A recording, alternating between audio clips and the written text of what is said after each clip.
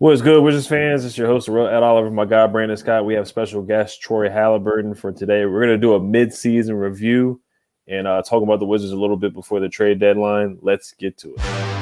You are Locked On Wizards, your daily Washington Wizards podcast.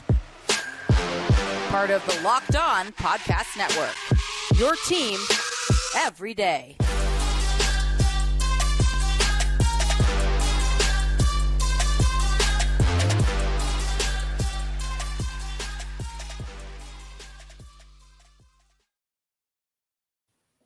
Just want to thank you guys for making Locked On Wizards your first listen every day. We are free and available wherever you get podcasts. Today's episode is brought to you by LinkedIn. LinkedIn Jobs helps you find the qualified candidates you want to talk to faster.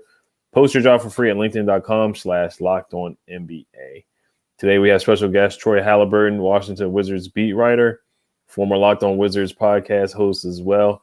How you feeling today, man?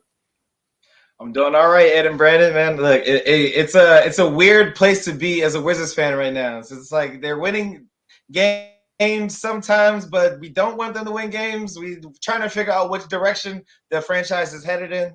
But you know what? I like to see Kuzma coming out there and giving the DC people what they want. Definitely, yeah. We're in a purgatory type of situation right now. But the win did feel good. What was your thoughts about the game last night against the Bulls? Kuzma's clutch game winner. What was your takeaways and who stood out to you in the game last night? Well, I mean, obviously, I think that when you look at Denny Avdia and he had 20 rebounds like that, we got to talk about that. And the fact that like Denny, like he has a specialty and he has a role as a player in the NBA as a defensive stopper. And really, like I think we're all just waiting for his offensive game to kind of come around. And at the end of the day, I don't think that Denny's ever going to be a guy that NBA teams are going to call plays for, but he's showing that he has secondary playmaking skills and the requisite size to go out there and, play defense against Zach LaVine and also, muscle down on the boards. So, I love the fact that Corey Kispert is kind of getting into a groove. We got to really start looking at his home and away splits because every time he plays at home, he knows how to hit shots. He plays on the road. He forgets how to play basketball. And then Rui, I think, he came out hot, right after his injury, but then he kind of cooled down a little bit. But I thought yesterday he gave a steady dose of exactly what the Wizards needed. There were plenty of times. I love that one play where Kuzma signaled to Rui and told him, get on the block, gave him the ball, and let him go to work. So really, I think when you look at the Wizards right now with Bradley Beal being out, it's just all about evaluating the first-round draft picks, the young core. Definitely, yeah. Denny with 20 rebounds, his career high. He was so close to the double-double. I was hoping he would get it, but 20 boards is insane. He had a Dennis Rodman type of stat line. Kuz stepped in the clutch, and Gill, career high, man. He was an unsung hero in that game last night, especially his defense against Vucevic. Taj Gibson had a timely steal. The Wizards, they looked a lot better than what they did when they played against the Pelicans and the Thunder, so it was a huge bounce-back game for the team, too. And then another question I have real quick is for our mid-season review, what's your biggest surprise this season? It could be a player or anything on the team regarding the team, and what's your biggest disappointment so far?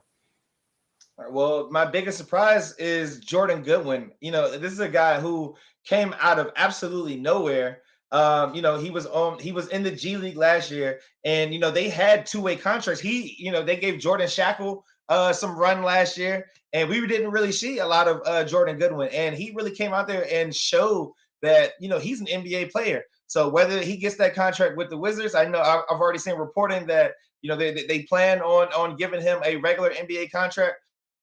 From the Wizards, he's going to get it from somebody else because he belongs in this league. And then my biggest disappointment, it's got to be the fact that Johnny Davis has only scored 11 points on the entire season. The number 10 overall draft pick has pretty much not contributed at all to this team this season. And I think that's just kind of an indictment of the chaos that's going on with the Wizards right now. Yeah, there's many ways you could go with disappointments. I agree with you with Jordan Goodwin for him to, be undrafted, coming up from the G League, the way he's worked his way up, to start a couple games.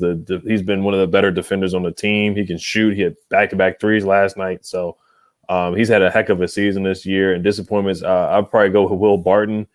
And then the injuries. I mean, you can kind of go with both Nuggets guys, but Monte has picked it up as of late. He had a really good game last night in the third quarter.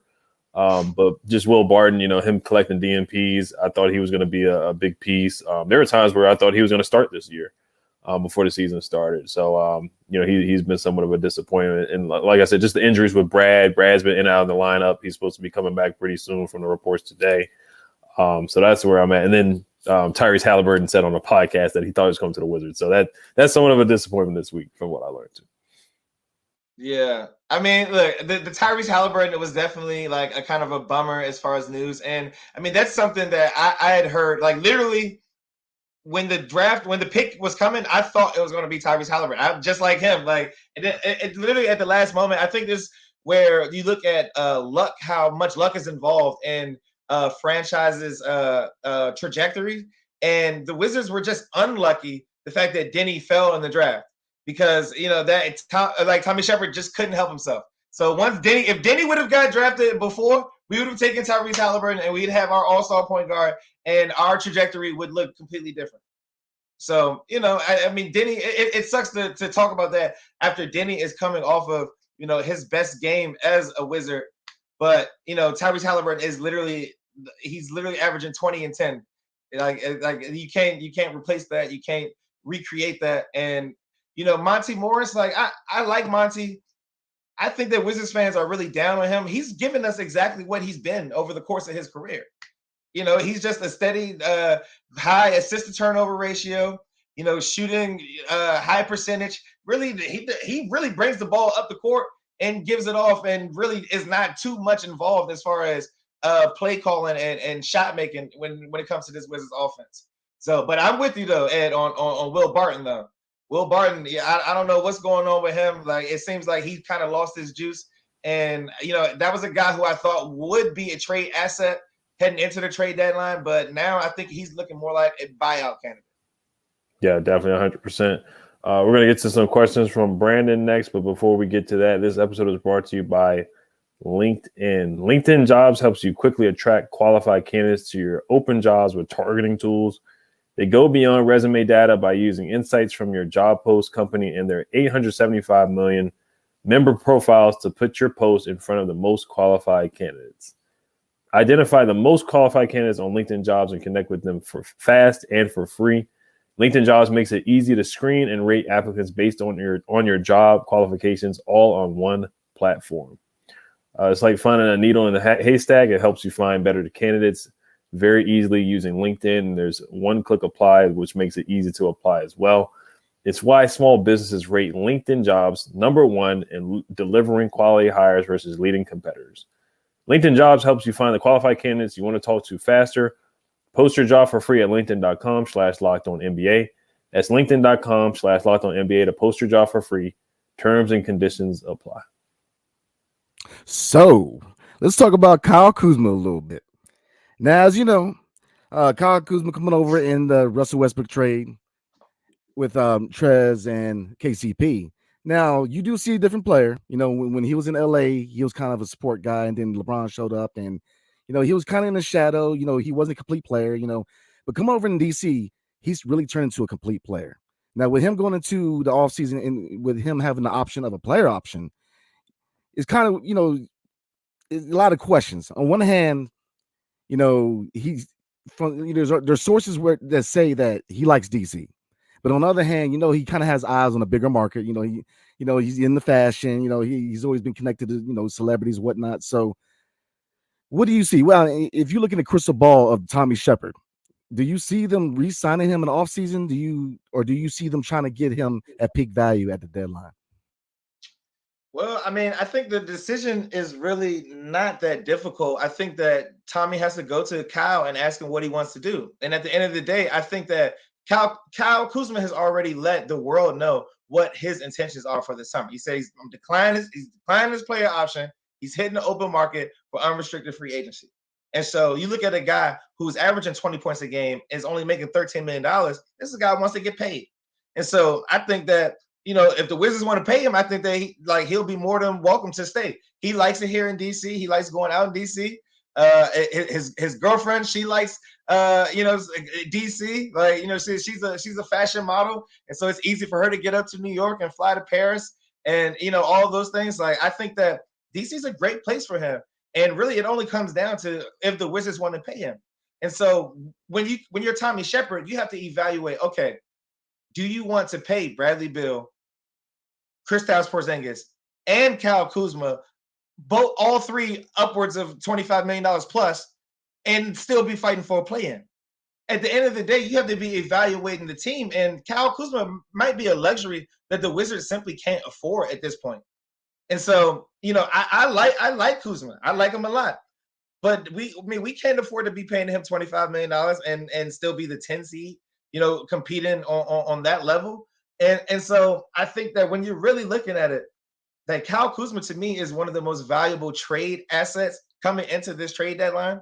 And so it's either if they can make some type of an agreement with him and they can get him locked in on a contract, then I think that, let's let it ride. But if he's, balking in any sense, I think they have to look at seeing about what type of assets they can bring in from him. Yeah, and that's where I'm at. If you look at his roster, if you look at his franchise, even if you go out here and you pay Kyle Kuzma 20 to 25 million, being second fiddle to Bradley Beal, does that necessarily push you into the upper echelon of the Eastern Conference? I don't think so. And that's where I'm at with it, is that, all right, he's a fan favorite, and I'm a big fan of his game. When he was in LA, I couldn't stand him. But when he came to DC, he really developed into a complete player. You see leadership. He's just like more complete NBA player than he was in LA. But, he's looking to get paid. He's trying to get that bag. And I think the question for me is, by paying him 20 to 25 mil, is the team better? Is the team really ready to make that leap into the upper echelon of the Eastern Conference? And I don't think so. And that's why I think you have to move him at peak value, because I think you can get one, maybe two first-round picks for him. And the same thing with KP. To me, as a general, if I was general manager, to me, uncertainty is an issue. I don't like waiting to the last minute. I need to know, what is your plans? Do you want to stay? Do you want to go? If you want to go, where do you want to go? That's where I'm at, is that I think you're completely correct. They need to be, they need to talk to Kuz and even KP and ask him, hey, what is the plans?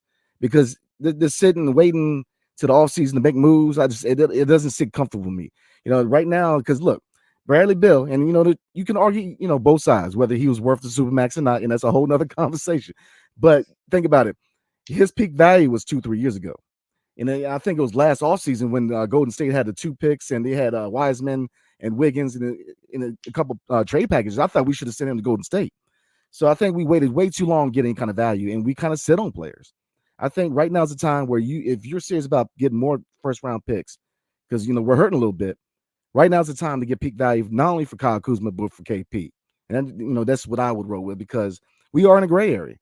At our best, we are a playing team. And me and E say all the time, every NBA franchise, your goal at the end of the year should be holding up the Larry O'Brien trophy. If your goal at the end of the year is a play-in spot, then you already failed. And I think we need to really start looking to getting this franchise in a direction to challenge for an NBA championship, not just a playoff spot. And the only way to do that is rebuild, and that's just where I'm at. I think right now is the time to move Kuz. But I'm gonna throw another question at you. We were talking about his LA days and how he's kind of a unfinished product. Coming over and becoming a complete player in DC. Do you feel like his play style and where he's at right now is his ceiling, or where do you see his ceiling and where do you see his floor as a player? I think that he's somewhere close to his ceiling right now. And I think he's already shown a baseline level as far as a floor, that he's a competent, 15-point a game at the very least, scorer. I think when I look at Kyle Kuzma, I look at the modern NBA and how offensive players are able to take advantage of mismatches on the floor. When you look at a guy who's like literally 6'9", 6'10", he can, dribble the ball up the court. He can be the ball handler in a pick and roll. He can be the role player. He's a good spot up shooter. There's a guy who plays defense. He can switch out onto perimeter defenders, and he can also play down in the paint. Like, this is a guy who really has almost every skill set that you want from a player in the modern NBA. And so I think that he's really close to his ceiling right now. And that's a guy like that has a tremendous value. when it comes to like today's current landscape. Like this is a guy who can help a lot of NBA teams right now. And so that's why I think when I agree with you, when his value is as high as it is, like we can't like let a situation come around like we had with Bill, where you let a player play past his peak value, and now it's not even optimal for you to make a trade. Like I don't want to trade Bradley Beal for those 2 Lakers picks. Like I need way more than that. So I think Kuzma at this point, I think that there are going to be a lot of teams with the parity around the NBA landscape right now. I think that there's a couple teams who legitimately will look at Kyle Kuzma and say that he will help them win a championship. And so if the Wizards are able to take that and turn it into more assets, I think that is the best thing for them to do as a franchise. Yes, sir. I totally agree. But before I hand the mic back over to my dude, today's episode is brought to you by BetOnline. BetOnline.net is your number one source for sports betting, info, stats, news, and analysis. Get the latest odds and trends for every professional and amateur league out there, from pro football to college bowl season to basketball and the World Cup. We got it all at BetOnline.net. If you love sports podcasts, you can even find those at BetOnline as well. We're always the fastest and easiest way to get your betting info. Head to the website today or use your mobile device to learn more. BetOnline, where the game starts. So, yes, sir. I just wanted to ask you, where do you think the Wizards are at before the trade deadline? Do you think Tommy Shepard, are they going to be buyers or sellers? And speaking of trade value, there was a report that they tried to trade, that Tommy wanted to trade Rui for Jay Crowder, but the Suns rejected that. Then there was a report from the Athletic said that wasn't true. Out of the young guys, other than we know KP has trade value. Kuzma obviously has trade value, but between Rui, Kispert, and Denny, if they do try to acquire more talent, there's reportedly they're interested in Emmanuel quickly as well. Who do you think out of the youngest guys have the most trade value? Okay, well, to answer your first question, I think that the Wizards are going to try to be buyers and sellers, which doesn't make any sense, but that's what they're going to try to do. I think that they're going to try to they're going to sell that. What they're going to try to trade Kuzma, and they're going to trade one of the young players, and they're going to sell it on they got assets for the future, and they're going to rebuild, but they're also they're going to get a point guard. They need another point guard in here. If I had to guess right now, I'd say Rui is the one of the young group who probably would get traded, just because, I mean, he's the one who is facing restricted free agency coming up this summer. And so when you look at the fact that all right, Bill, KP, Kuzma, then there's definitely not enough money for Rui. Like if you're talking like that. And so, I think that they believe more in Denny and Kispert. Even I think that Kispert has the most value right now, but I think that Rui definitely has some value, and I think that they're definitely in consideration they're in talks about trying to see what they can get for Rui at this point. Definitely, it's interesting.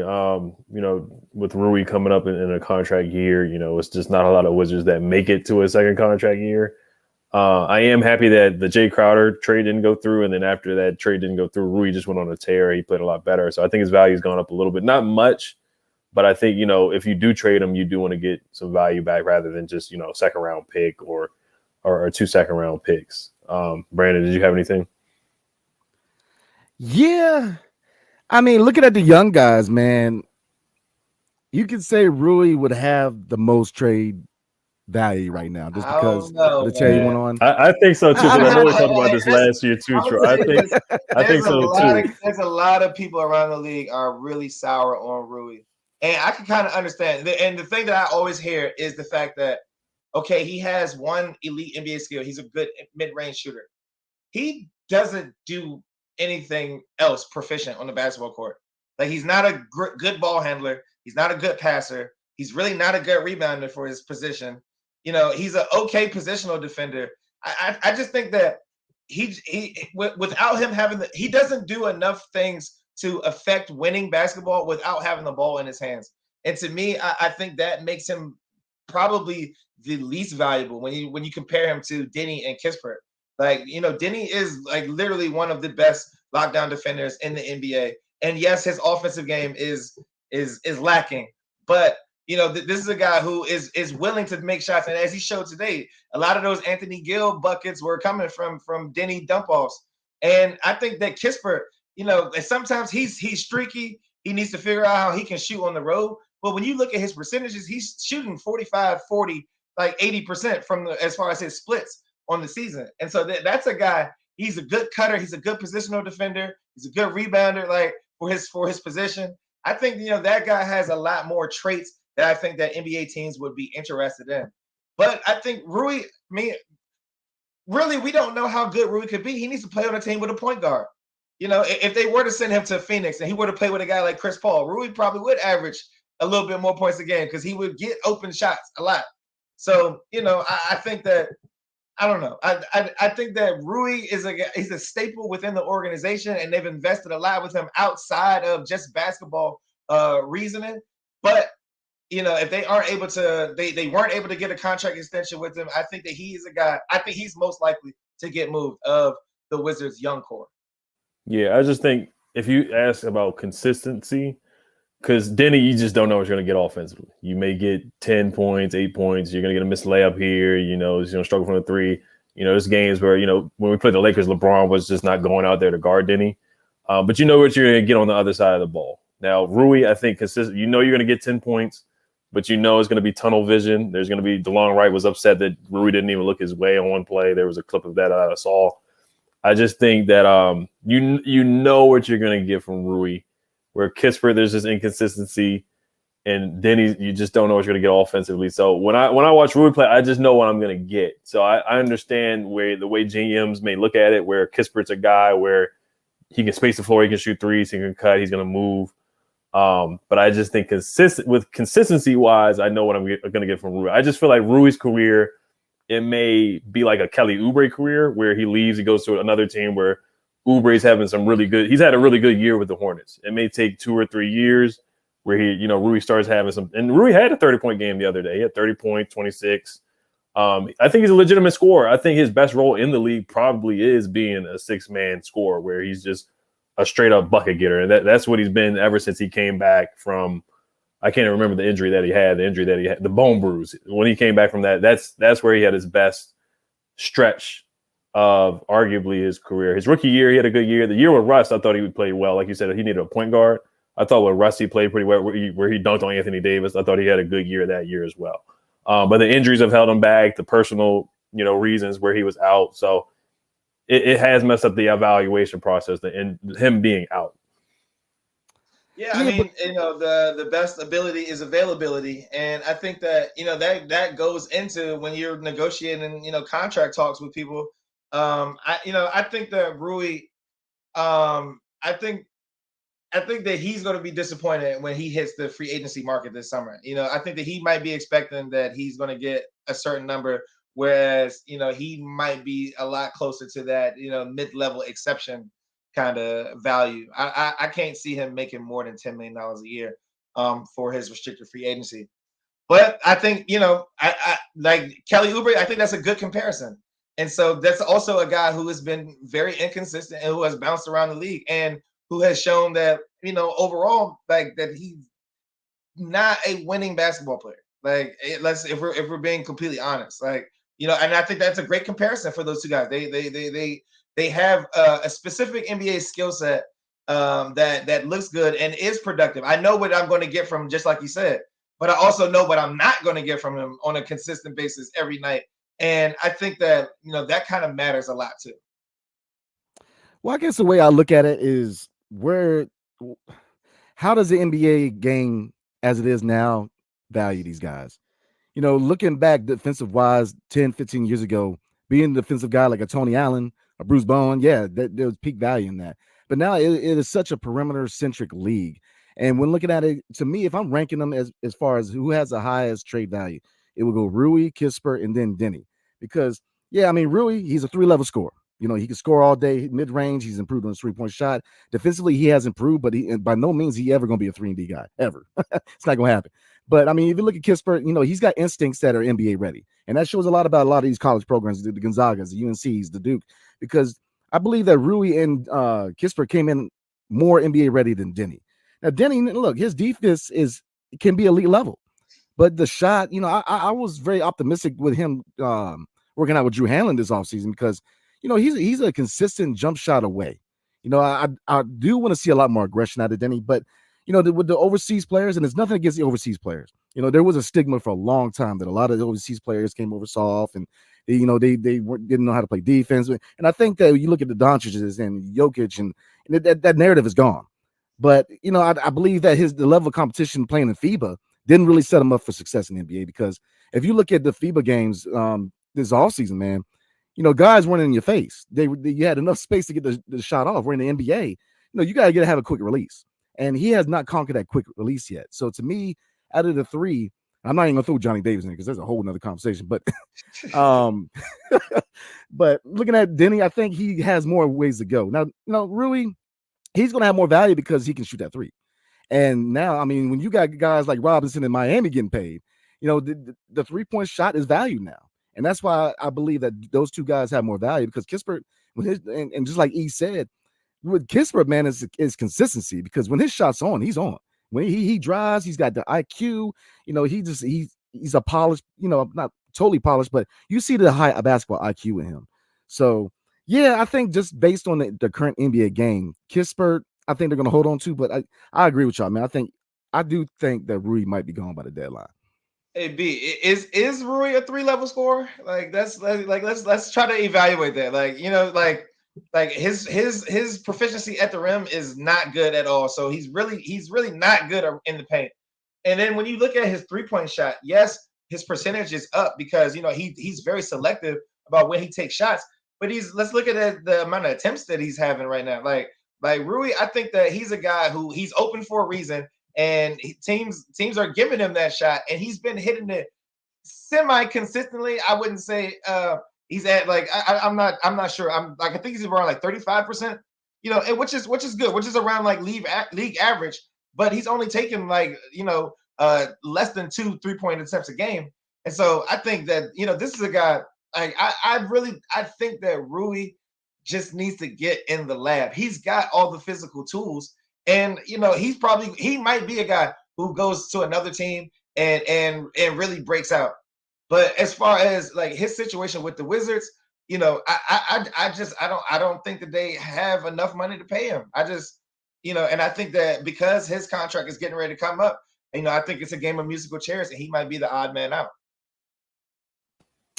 Yeah, I agree. Rui just, I think I totally agree. I think he's going to be more successful somewhere else. I think Phoenix was a spot. Now, I'm with everybody else, man. Jay Crowder, 1-on-1, nah, man, ain't happening. He's an unrestricted free agent. That doesn't make any sense. That makes no sense whatsoever. I think that Tommy has proven he's not great at drafting, but he's proven to be very shrewd when it comes to making these trades around the margins. And so I think that he's got something up his sleeve. But back to what Ed was talking about earlier, are they going to be buyers or sellers? I think that they're going to continue doing what they've been doing, is trying to play the middle road. They're going to try to do both. And so I think that Wizards fans just need to kind of grow to expect that, and just really pray that they get Wembanyama in the draft lottery. That's Scoot Henderson. Look, I go on Tankathon.com on a regular basis. I hit the sim lottery, man, and my percentage of Wizards jumping up in the top 4 is high. So look, if they just keep doing what they're doing, I think that is the best outlook for this franchise. But they got to get some assets for some of these trade pieces they have right now. So Kyle Kuzma, if they want to pay him, then pay him. But if he's not committed 100%, then I think that they have to trade him and try to do something.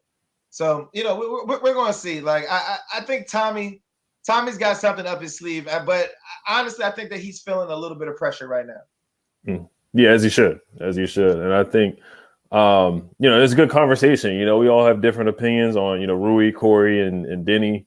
I like how Rui posts up to Derrick Jones Jr. He was putting him in the basket last night. I think he's playing stronger this year and really trying to body guys too. So I like his physicality, the way he's played this year. But so it's a good conversation about value, and And hopefully Johnny Davis, we can see some minutes from him next year. Isaiah Todd hasn't gotten any time. He was called up because, Porzingis and Gaff were out. We haven't seen him really get any real minutes in the NBA yet. But Brandon, did you have anything before we wrap it up? No, sir. Good conversation, man. Like you said, many different perspectives, man. But I think everybody has the same vision in mind for this team. We want a vision of where we're going. So, Scoot, I think if they got all of Wizards Twitter has the same vision, but I don't think Ted Leonsis is on board. And so, he's the only guy that matters when it comes to that. But, I honestly think that, man, when you look at the Wizards, how they're literally almost on the cusp of, being the worst team in the league, but they're also the same amount of games out from, being the 6th seed and avoiding the play-in. So, I think that they are going to believe. They're going to look at the standings and they're going to think that they have a chance. And I'm telling you that a goal of Ted Leonsis is to get a playoff gate. So, if they could get the play in and make it to the playoffs, that's what they're going to try to do. But, I think Tommy Shepard, like he's got one more opportunity, honestly. And if he's not able to do something at this trade deadline, then I think that, this franchise probably will be looking in a new direction. Oh, wow. Okay. Yeah, absolutely agree. We would love to hear that. Yeah, we know Ted said he'll never ever tank, so we'll see. Yeah, and look, they never ever tank, but Tommy, he's tanking not even on purpose, and the Wizards have $150 million payroll, and they're not even in the play-in right now. Like the math is not mathing in this situation. Yeah, and they're dead last in attendance from what I just saw as well. Yeah. Oh, hey, I will say, give them credit. The Monumental Sports, the holiday packages have been booming. There have been a lot of people at the games. The Philadelphia game, the Phoenix game, the New Orleans game. First of all, I don't know where all these Waldies came from. There's a lot of New Orleans people in Capital One Arena. I didn't even know they had that many fans.